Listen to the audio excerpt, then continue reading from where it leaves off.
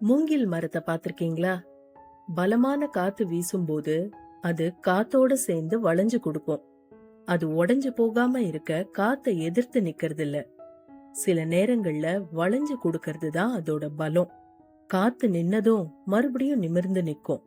நம்ம வாழ்க்கையிலயும் எல்லா பிரச்சனைகளையும் எதிர்த்து நின்னுதான் சமாளிக்கணும்னு அர்த்தம் இல்ல. சில நாட்கள்ல நமக்கு சோர்வா இருக்கலாம். சில நேரங்கள்ல என்னால இப்ப எதுவும் செய்ய முடியாது அப்படின்னு தோணலாம். சில சமயங்கள்ல நாம யார்கிட்டயாவது உதவி கேட்க வேண்டி இருக்கலாம். இப்படி செய்யறதுனாலலாம் நம்மளோட பலம் குறைஞ்சிராது. எப்பவும் வளைஞ்சு கொடுக்காம உறுதியா நிக்கிறது தான் பலம்னு அர்த்தம் இல்ல. எப்போ வளைஞ்சு கொடுக்கணும்னு தெரிஞ்சிருக்கிறது கூட பலம்தான்.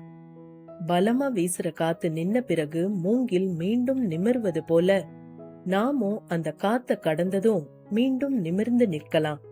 அதனால இன்னைக்கு நாம சோர்ந்திருந்தா அது நம்முடைய பலவீனம்னு நினைக்க வேண்டாம். சில நேரங்கள்ல நம்மை நாமே தாங்கிக் கொள்வதும் ஒரு வெற்றிதான். நினைவில் கொள்வோம், வளைந்து கொடுப்பது தோல்வி அல்ல, அது நாம் துவண்டு போகாமல் மீண்டும் நிமிர்வதற்கான ஒரு வழி.